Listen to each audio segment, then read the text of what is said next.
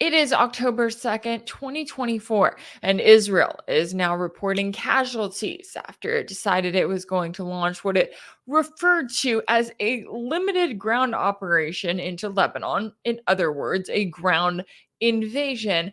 And then it met Hezbollah's forces on the other side of the border. We are continuing to keep an eye on the latest tensions. As we know, in just the last 2 weeks, Israel has carried out just unimaginable terror targeting the people of Lebanon. And while we did see Iran respond yesterday with a retaliatory attack against Israel, specifically targeting military and security sites, also sites that Israel has been using, and the weapons and tanks and fighter jets Israel has been using to massacre the civilians in Gaza in their ongoing genocide against the Palestinian people. While we did see that, we are also still keeping an eye on Lebanon because you still have Israel targeting civilians there. And so in this video, I was joined by a special guest who lives there in Beirut, who really took me through what it was like to experience the last 2 weeks, to experience the terror attacks, the ongoing bombings, to see it through the eyes of both herself and her children, and also to experience the loss of a great mentor and leader in her life, that being Hezbollah Secretary General Sayed Hassan Nasrallah, and just the impact that his legacy has had, not just on the people of Lebanon, but the people of the region who looked up to him, who followed him for guidance, and of course, the question of where things go from here. We discussed all that and more earlier, so let's take a listen to that conversation now. Joining me now to discuss is Dr. Marwa Osman, a university lecturer, journalist, and political commentator based in Beirut. Marwa, thanks so much for taking the time to join me. It's a pleasure to be here, Rachel. Thank you for having me on your show. I want to start by sending my condolences. I know that you and your family have been through so much over the last week. And, I really appreciate you taking the time to still speak out, share your point of view, and also educate the public with everything that is currently going on. Will you start by taking us through kind of what the atmosphere is like there in Beirut right now? I know you still have Israel bombing, targeting civilian areas, even in the days after they targeted the ultimate figure, Hezbollah Secretary General Sayed Hassan Nasrallah, and ultimately took his life on Friday. Yeah. Well, Rachel, it has been something like we've never witnessed before, but I think we've seen on TV for the past year. I mean, every time I hear a drone or I see a strike, the last of which was yesterday, and it was the first strike that my kids actually see. They usually heard a couple the week before, which was why we left the house in Dahiya, Beirut suburbs, because it was very intense, and the life of my children is much more important than anything else in the world. So yesterday they saw it, and we were in a house that was if nearly 250 degrees of windows. It was an open area because it's a very, very big house in front of Beirut's coastal line. So it was built in order for you to have a sea view. So that sea view goes on a curve, and then you can see the highway. And the strike hit a building that is literally not facing or far away, literally the entrance of a hospital called the Zahra Hospital. So they bombed that building that is the entrance towards that. It's a residential building where you have to pass by in order to get to the main gate of the hospital. They targeted the first and second floor in that apartment building, and we were just right there. We were like right there facing it. And first they had a strike on the highway that is parallel to it. We did hear something, and we looked at one another, and because it was not the house that we were staying at, it's the house of relatives that we were checking on. And we just looked at each other, and my kids, the first thing that a kid would do is look at the mother, see what the reaction is. Is she panicking? If she's okay, then it's okay. If she's panicking, we're gonna panic. So you can imagine, I'm always just, swallowing and sitting just to show them that I don't care, because I really don't care for myself, but I care for them. That's the issue. So they looked, and I was like, these Zionists, they keep bombing. It's okay. And they're playing with the kids in the open area. And then the second one hit. And my first reaction was, get away from the windows. Kids were screaming, women were screaming, men were trying to get women into the inside part of the house where there's not a lot of windows, not a lot of open areas. And my thing was, get away from windows, because shattering windows can take an eye, it can take a finger, it can go through your heart. It's very, very dangerous. And the living proof is what has been happening in Gaza. And it's a PTSD that we didn't get to live, we got to watch. So when you start living it, every instinct in your body tells you what to do and what not to do. Get down, get away from windows, keep your face down just as much as possible, be facing the ground, cover your head. So that's the issues that you start to do. But when it's kids and it's chaotic, they lose it. So my priority was to make sure that my kids don't have a trauma out of this. And I'm not sure that I really survived this with the kids, because since the morning, there were a couple of motorcycles outside. Sometimes a motorcycle has a loud voice. And the first thing that my kids would do would look at the look that would say, what is this, mama? Is it an airstrike? Is it a rocket? So this is the main thing that I had promised myself not to put my kids through in this country. But this promise means nothing after Israel took away the most important man, who basically was the security for me to stay in this country. But since they took him out, now I have a much bigger reason to stay. It's to make sure that this country remains for my kids. That's why we're staying. But at the level of the public, I'm very blessed to have a safe house to be at, to have clean sanitation, drinking water, food on the table for my kids. We have more than 1,250,000 humans who have been displaced up until now. If Israel keeps bombing more, if it comes closer to the central district of Beirut or to other areas in the mountainous part of Lebanon, we could see a disaster unfolding.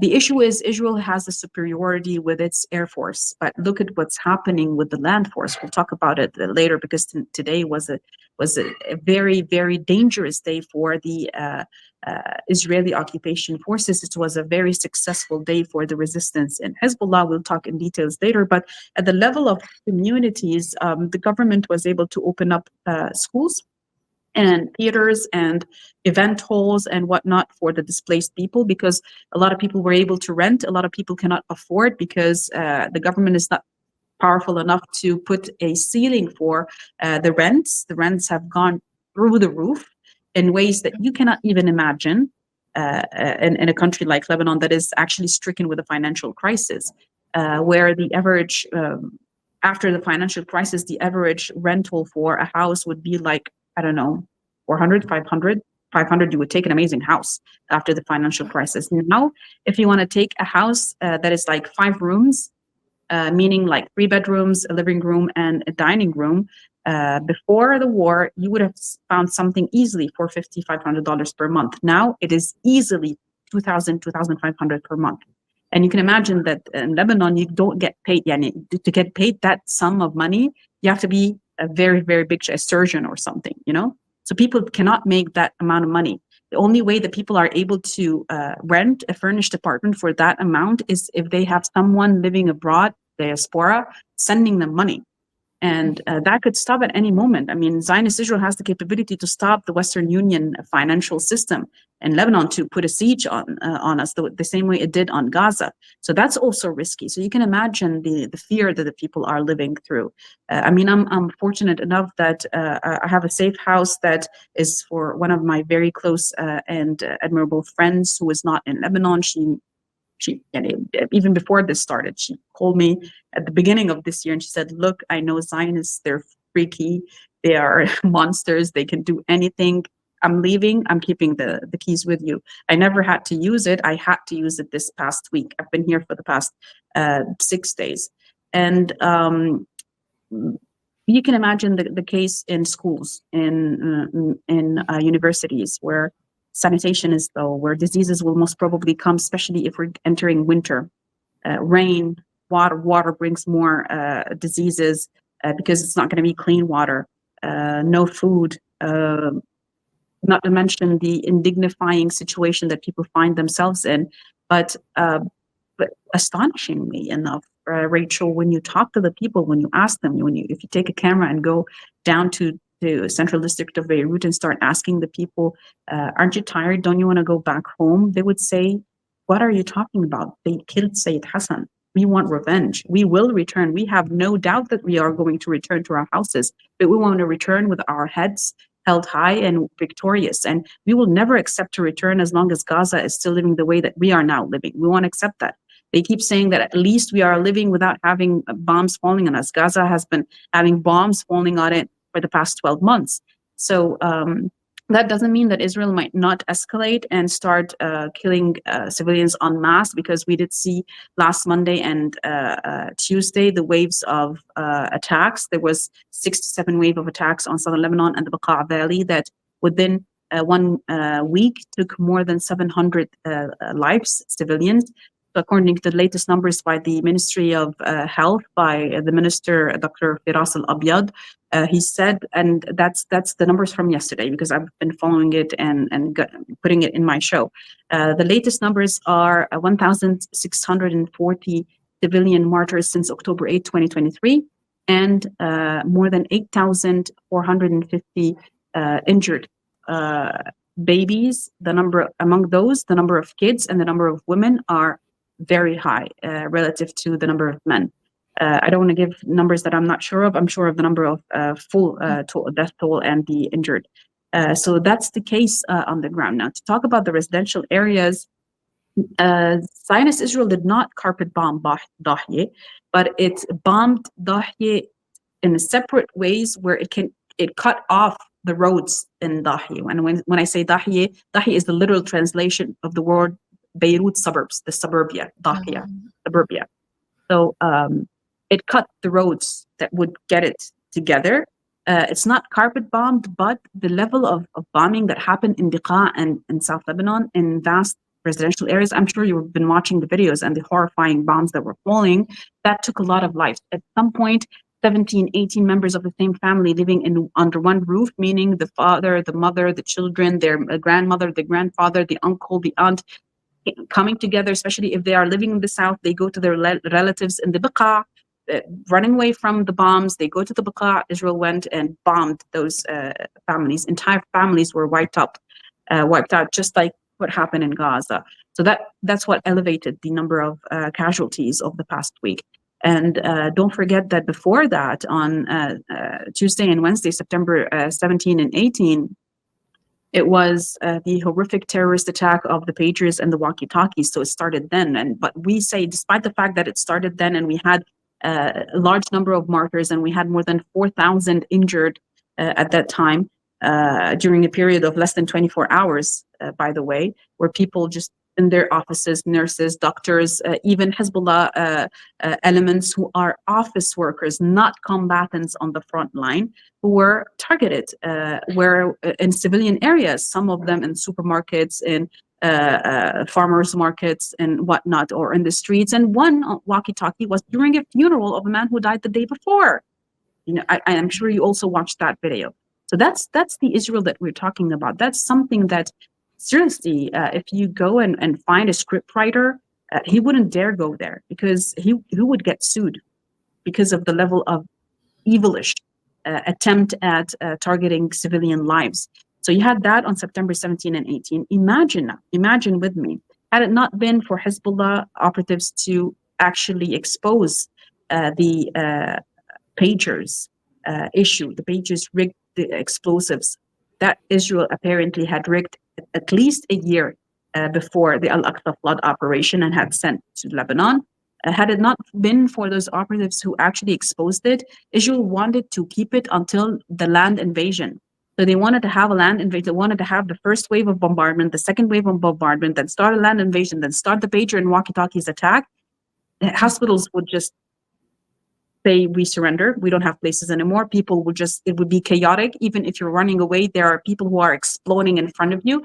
Imagine the chaos. This is why we say, Alhamdulillah, thank God it happened before, even though it was a disastrous, catastrophic terrorist attack where people are still in the hospitals up until now. More than 800 people lost completely their eyesight. More than 1,400 people have permanent disabilities.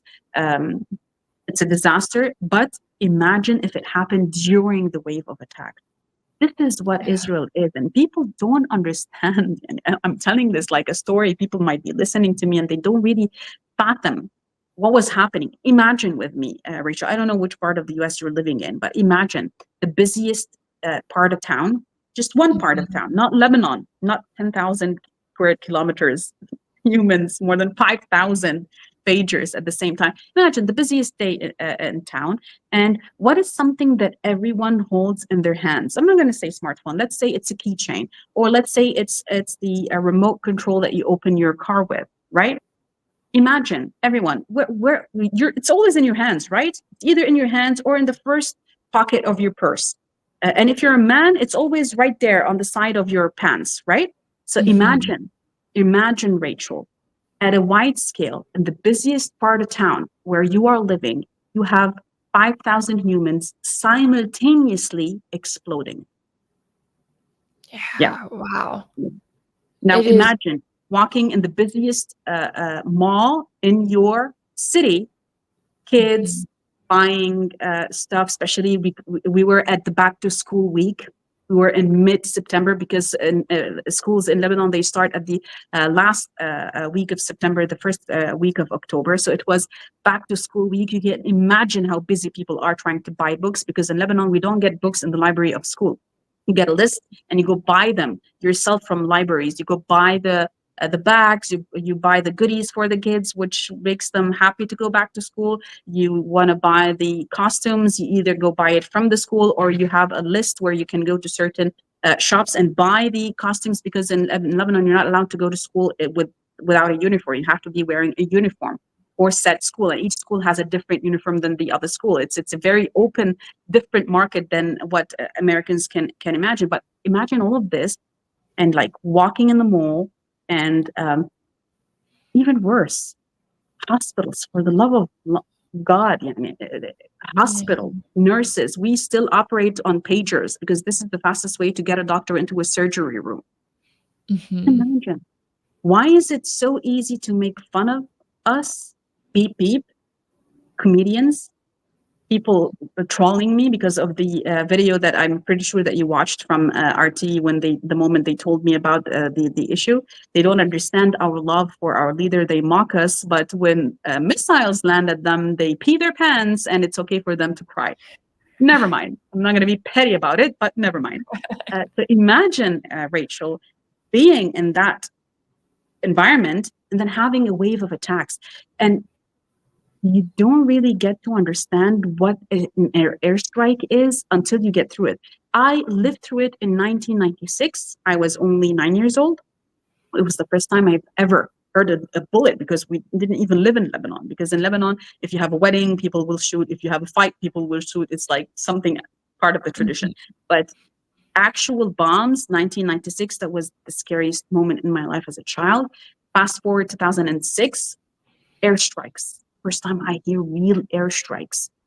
Nothing compared to what I've been through with my kids over the past 2 weeks. Especially the first strike that happened against Shukr in, I think it was July, what, 28, 29? I was leaving on 29th. Yeah, Yeah. I think it was July 29th, because I was not in Lebanon, but my family was. I was in Venezuela. I was in Caracas. You can Mhm. imagine my horror. I'm like I'm boarding the plane, and I get the images from Dahye being bombed. And I'm not there to hug my kids. It was horrifying for me.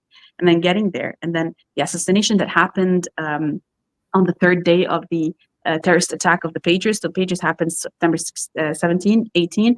On September 19 was a Thursday. Nothing happened. On Friday, so it's 20, September 20, Mhm. we had the assassination of the Radwan forces in Dahi, and we were all at home, and it was only 500 meters away from my house. And when I tell you, my apartment went up and down. Usually, when we have an earthquake, it's sideways, right? This Mhm. time, I just got home. I got the kids home from I think it was the second day of school. I got them home, and they had washed up, had their lunch, whatnot. I prepared everything. I cleaned up everything, and I sat down to have my lunch. And my husband was doing something in the salon area. What we call the salon is not the living room. It's something different. It's a different room.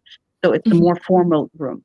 And so he's doing something there. And we started just calling one another. I was like, do you feel that? He says, did you feel that? I was like, it's not stopping. The building was going up and down. And we heard something that would resemble, if I give you an example, I mean, we are 90s kids, so we watched Final Destination, and we were afraid to go on the highway to have in front of us that big truck that's loading the Yeah. big uh, chunks of wood. There's also trucks that would be carrying steel, roads of steel, right? You've seen that usually on the highway. Mhm. Have you ever heard when the truck unloads the steel, what kind of sound it makes? That was the sound that we heard, but that was apparently the sounds of the rockets whizzing from above the apartment building.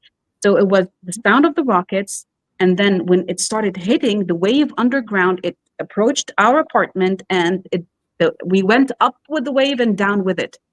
Mhm. Now imagine that happening to you every day for 12 months in Gaza. Yeah. Yeah. Oh, I absolutely. lived And through that once. I lived through that once, and I cannot shake it off. That happened. And then we moved out of the area because we thought, "Khalas, it's not safe. Israel has no red lines anymore." Uh, Fast forward to last Friday, when September 27th, when Sayyid Hassan Nasrallah was assassinated. The bunker buster bombs that were used, I was not in Dahi anymore. I had left. I left. I took my kids and I left.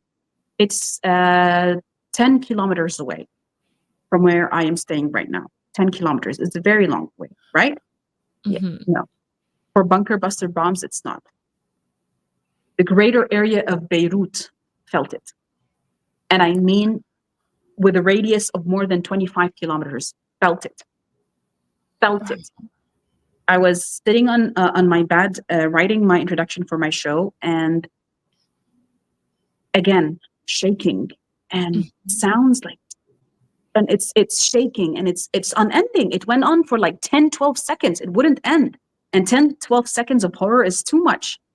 And we were thinking, what is it? Are they bombing the bridge outside? What are they bombing? We have no idea what's going on.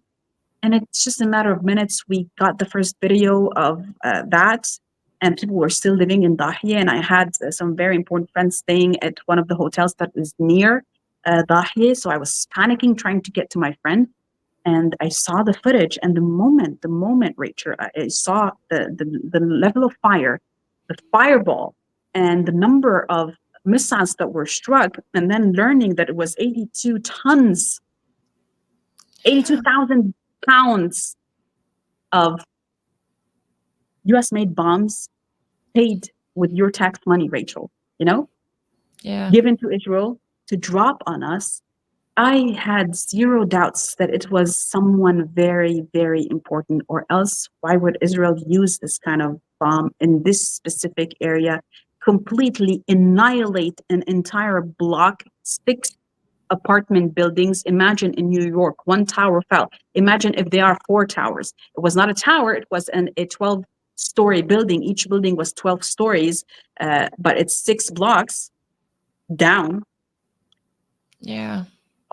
What, do you think that they are targeting someone normal? No. I was confused. I think I don't know if we spoke that night or I was speaking to other friends. I really, yeah, I have some sort of amnesia. I keep forgetting. So I remember someone asking me, I said, look, I'm so confused. I don't have answers, but I can say for sure that it is someone very important. Who it is, we don't know. But then throughout like the first 30 minutes after the attack, Israel issued a statement saying that they tried assassinating Sayyid Hassan Nasrallah and they failed. They said it. Oh. We had no information. None. people were asking me, I'm getting phone calls, I'm getting people to ask me on their shows. I was like, how can I talk about something that I have no information about? I don't know who they targeted, but I know they used bunker buster bombs. They used bombs that would go down deep. I think it would go as deep as, if I'm not mistaken, 30 or 40 meters underground. And 30 or 40 meters, that's very deep. So we had no information. I went to bed that night pretty early because I was trying to get some sort of information I couldn't find. And the bombardment of Dahiya campaign began that night.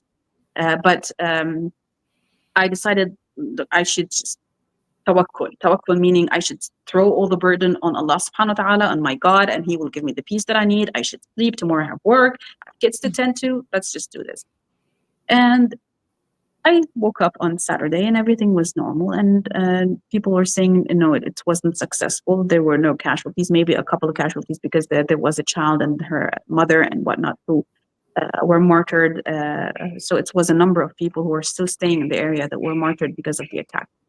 And fast forward to that, what time was it? I can't remember, but it was midday. And I was on RT with Haley.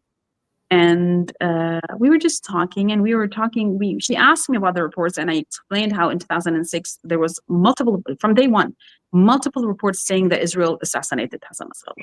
So they keep saying that, but I told her, look, the only way I would truly believe that if there was a formal statement issued by the Hezbollah military media. Other than that, it's just talk. I mean, Haley, just get over it. Let's talk about something else. So we spoke about the UNGA and Netanyahu ordering that attack from the UNGA after he basically trashed the UN as an international body. So we were talking about that, and she stopped me, and she delivered. And look, I forgive those who did that to me because they don't understand. I'm pretty sure they did not anticipate that this would be the reaction because they don't know me. They don't know that I am a person that can put all rationale aside when it comes to my ideology. Meaning, it doesn't mean that my ideology is not rational. No, I'm saying my decision-making process, I can hold myself through the weirdest, fiercest situations. Before we started, I told you, Rachel, I have two people that I would pick a fight for. Pick a fight. I would start a fight for. It's my father and Sayyid Hassan Nasrallah. And I might forgive people if they do something to hurt my father. I would never forgive anyone for Sayyid. It doesn't mean that I love him more. No, it means there's a different kind of a relationship there.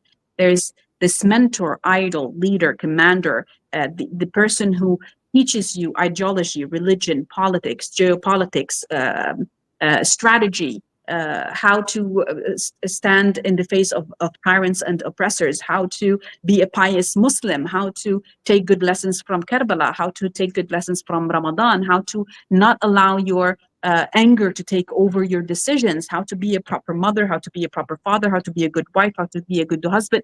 He was a man of religion, and people think that religion has nothing to do with society. It is the essence of society. Politics, religion is the essence of organizing everything in relationship between an individual and God and individuals amongst one another. So it's the essence of politics. Religion is part of life because it's supposed to organize life in a way that would benefit you as an individual and the community that you're living in. So they keep saying ignorant stuff like he's a cleric, he's not supposed to talk about. Who said if I want to be a pious Muslim religious woman, pray for a one God, that I should not talk politics or arts or culture or physics? Who said? It's all interrelated. So at that moment, RT delivered the news, and they actually took away that moment where I was taken aback. I was taken aback, and I wanted, and the only reason I literally hung up. I needed to open the Telegram channel on the military media and double check and read it myself. I needed to read his name myself to double check. But I just hung up, and as I'm working, I looked to my right, and my husband he was there, he was waiting, he had read it, and he was waiting to comfort me. And You can imagine what kind of scream I ushered Yeah. at that moment. It was something that came out of my abdomen. It was such a big pain because I felt that that's the end. Ups. Mhm. And people in the West, they don't understand this because they don't have the mentality of having a leader. They the West, the society in the West focuses on individualism, individuality, on making it on your own, on competition, on being the best in everything. On it doesn't really work on pushing your community to be patient, to work together, to unite for the better of society, to help one another. All these values that are mocked by capitalism. But this is what we believe in.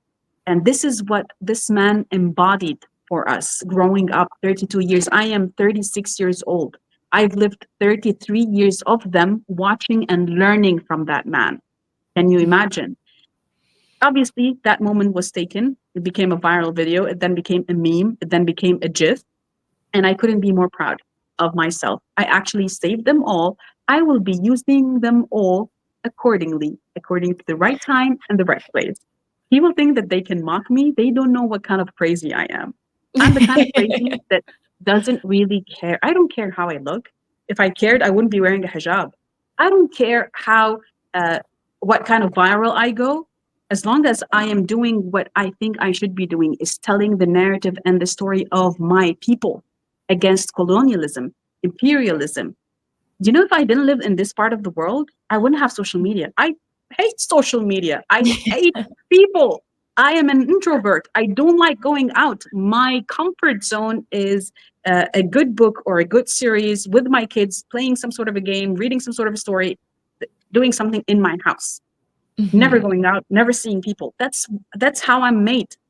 That's how I'm comfortable. Had it not been that I have a religious duty to be there, be present, and speak, especially because I do have the capability of doing it in Arabic and in English, and sometimes a bit, I was doing it today a bit in French as well, as much as I can.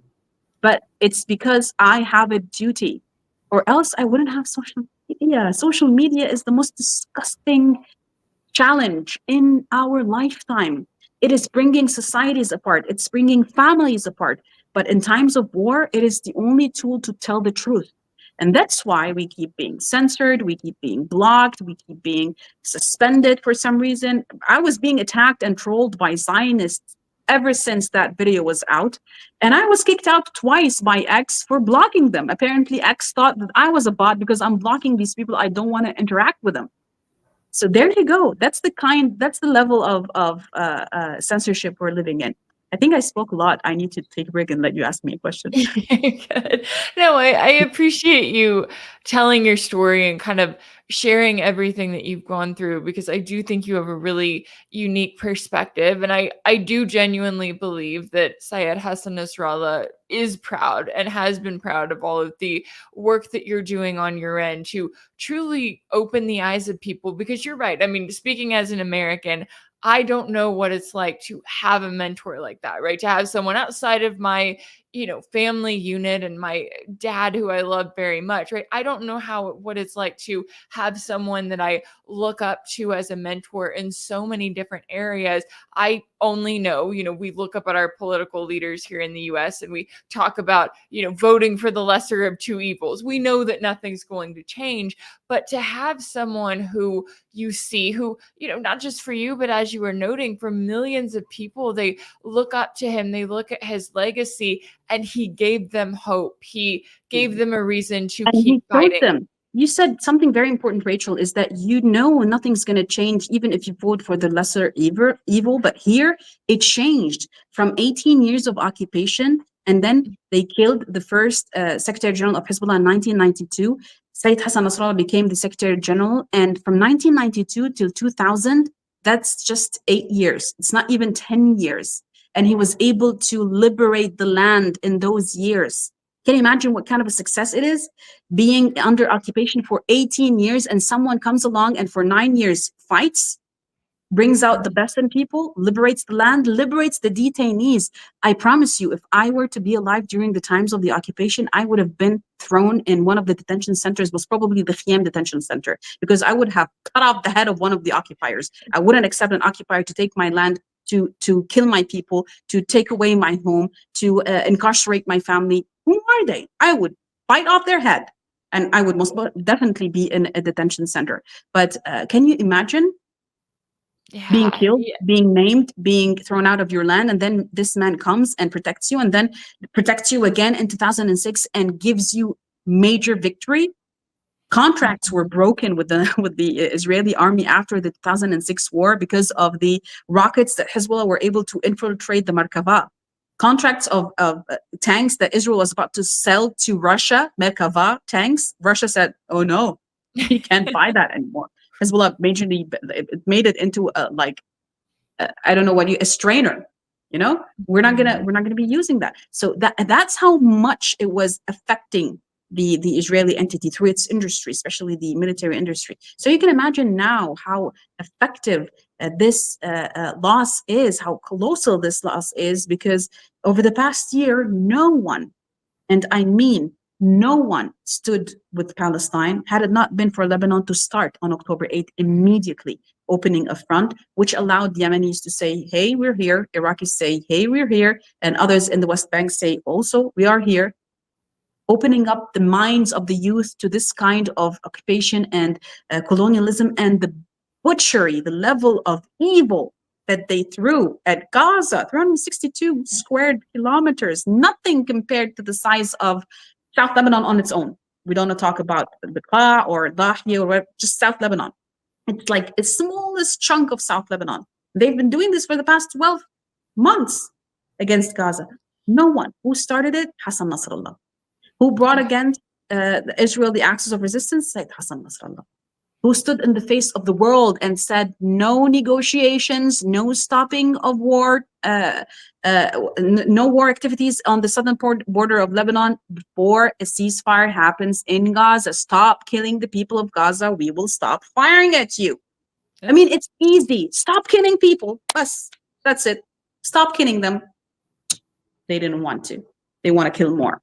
Well, the last speech of Sayyid Hassan Nasrallah, he said that the Israelis are threatening to invade. We say ahlan wa sahlan. In Arabic, ahlan wa sahlan means most welcome. We are waiting for you. Wow.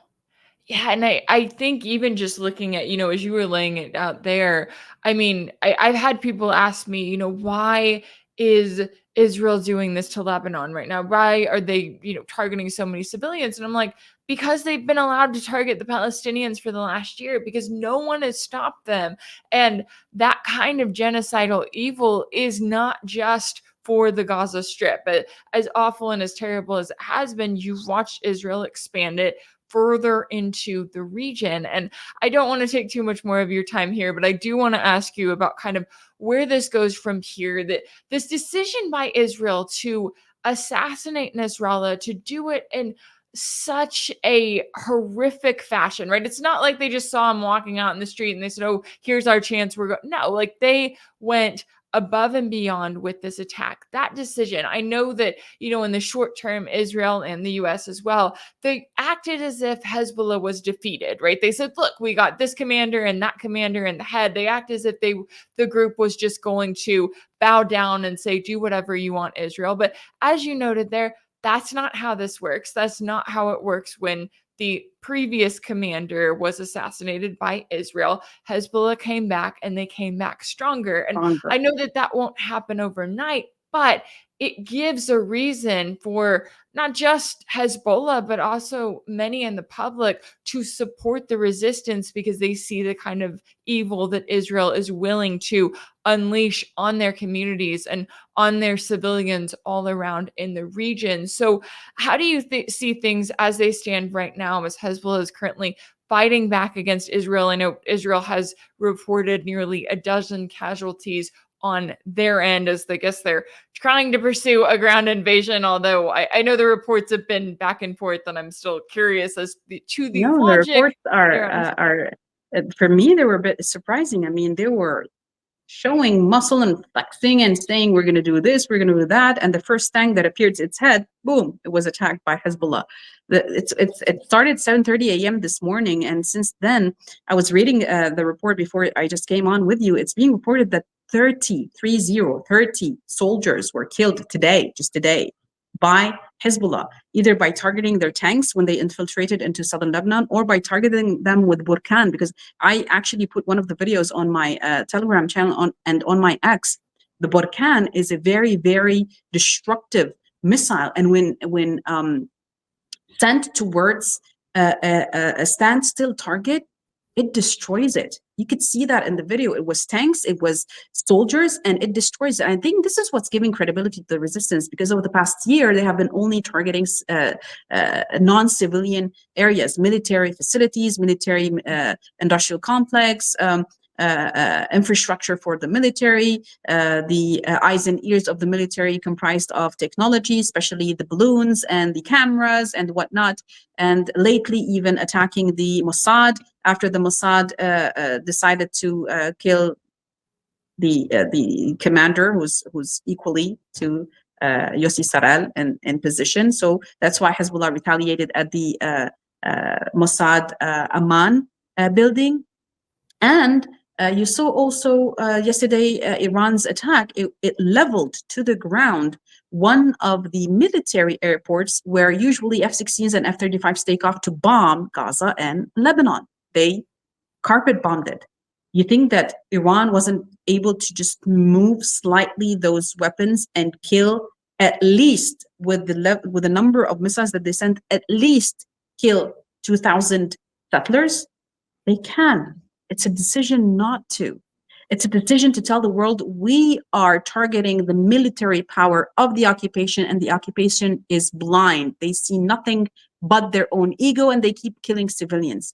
We can kill civilians as a resistance in Lebanon. So can the Iraqis and the Yemenis and the Iranians. We choose not to, because we are still talking to the world, trying to tell them to talk to Israelis and stop them. Added to that, there's an ideology that says you can't attack civilians, you have to attack militarily. If this is a war, why would you attack civilians? A civilian cannot defend themselves. Even if said civilian is inscripted in the army, if they don't hold a weapon, they are not army. Hence, what they did with the Pagers attack against Hezbollah fighters who were not on the front line, who were office workers, is a war crime.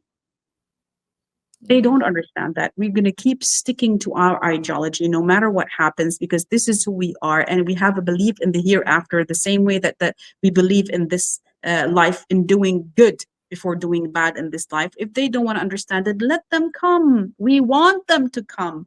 We want them to show the Merkava. We want them to show their military faces so we can wipe them off the face of the occupied Palestinian land. Look, some people would listen to me and say, oh, you're a biased reporter.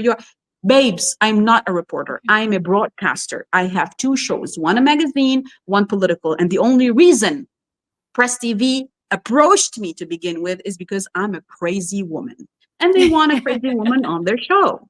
They had it. They have it. I'm there. The first thing that I told Press TV is either I do it my way or I don't do it. And I respect them so much for allowing me to do this, unlike what happens on CNN and BBC. I am from South Lebanon. I'm a woman from South Lebanon, and I am ready to die in defending my land, my family, my community, and my kids. And I'm ready to say it and do it. Why is it okay for them to call me a terrorist and kill me and laugh at my tears, but I'm not supposed to do the same? I'm not even doing the same. I'm just defending myself. And I'm going to be defending myself, whether in my classroom as an assistant professor. Yes, I have a PhD. I'm a mother of three. I have 3 master's degrees, and you pee in your pants when a missile passes over your head. That's who you are. That you've been mocking me for the past week. That's who you are, Zionists. So the issue is, look, put all of this aside. Military to military. Zionist Israel equals nothing without the US-made F-16s and F-35s, the death jet fighters. Take that away, Israel would not survive 2 days, because it's a colonial entity. A colonial entity. It's not supposed to be there. There you go. Yeah, I think that everyone's true colors are showing through right now, and Israel's very aware of the fact, and the U.S. is very aware of who is sending the bombs, and at the same time, everyone in the region, right? The people around you that are experiencing this, as you're noting, these are not experiences that you're going to forget. These are experiences that are going to continue to build resolve, and I think that that's something that the US certainly needs to learn on its end. I do not approve of what my government has done and the support that it has provided for an ongoing genocide, along with all of the terror attacks that have been carried out over the last couple of weeks and the targeting of the people there. I really appreciate you taking the time to join me today to share your story and to also educate our audience there. Dr. Marwa Osman, a university lecturer, journalist, and political commentator. Thank you so much for your time My and pleasure. insight. Thank you, Rachel. Thank you very much for allowing me to tell the story of my people, and please keep doing what you do best. If anything in this video resonated with you, be sure to like it, share it with your friends, leave a comment, and as always, don't forget to subscribe. And just a quick note here, I have a new episode of my series Sanction, which is exclusively for my paid monthly subscribers, available for y'all now. It's on both Substack and Patreon, so do be sure to check it out. In episode 3, we are diving into the current tensions in the Middle East, taking a look at Iran's retaliatory attack against Israel that was carried out on Tuesday, what it means for the region, and just how far things could go as the United States appears all the more eager to continue to get involved at Israel's demand. So do be sure to check that out. It's available for paid monthly subscribers on my Substack. That's rachelblevins.substack.com, where you can sign up there. It's also available for paid subscribers on my Patreon. That's patreon.com/Rachel Blevins. That's where you can join the community there, and you'll also have access to other polls and Q&As that I post throughout the month. As always, thank y'all so much for all of your support, and I'll see you next time.